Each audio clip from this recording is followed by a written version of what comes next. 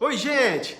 Essa é mais uma dica de Penal na Real. A quinta turma do Superior Tribunal de Justiça, STJ, definiu novas regras sobre a detração e medidas cautelares diversas da prisão, de modo que, apesar de não constar na lei, o período de recolhimento domiciliar noturno deve contar para fins de detração. Para entender melhor, vou explicar a diferença de prisão domiciliar e o recolhimento domiciliar noturno.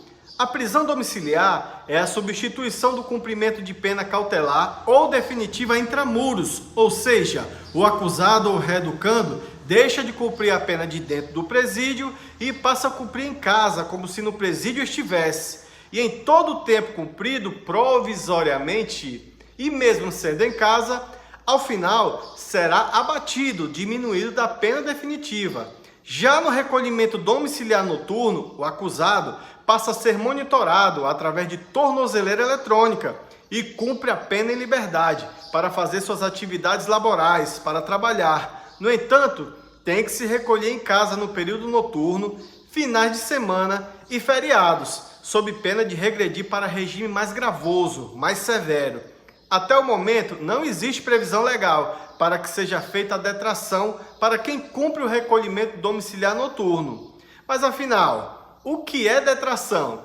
A detração é a diminuição de todo o tempo de pena cumprido provisoriamente em detrimento da pena definitiva. Para ficar mais claro, vamos supor que o acusado tenha ficado preso provisoriamente por um período de 2 anos e ao final do processo ele venha a ser condenado a uma pena de 5 anos. Depois de feita a detração, o reeducando só irá cumprir mais 3 anos de sua pena definitiva.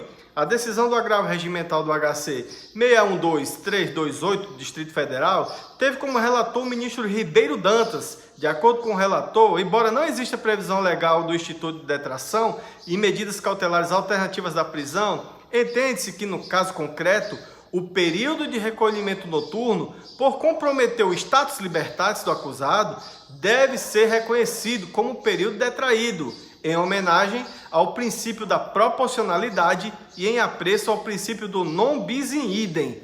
Destacou ainda, refletindo mais sobre o tema, considera a detração inteiramente aplicável ao caso da medida cautelar de recolhimento noturno, por ensejar a privação de liberdade do apenado.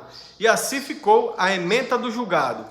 Consolidou-se na quinta turma deste tribunal entendimento no sentido de que, despeito à inexistência de previsão legal para a detração penal na hipótese de submissão do sentenciado a medidas cautelares diversas da prisão, o período de recolhimento domiciliar noturno, por ensejar a privação de liberdade do apenado, deve ser detraído da pena em observância aos princípios da proporcionalidade e do non bis in idem. Afinal de contas, o que é o non bis in idem? Traduzindo de forma simples, é o apenado não ter que pagar 2 vezes pelo mesmo crime. E assim foi a dica de hoje de Penal na Real. Obrigado!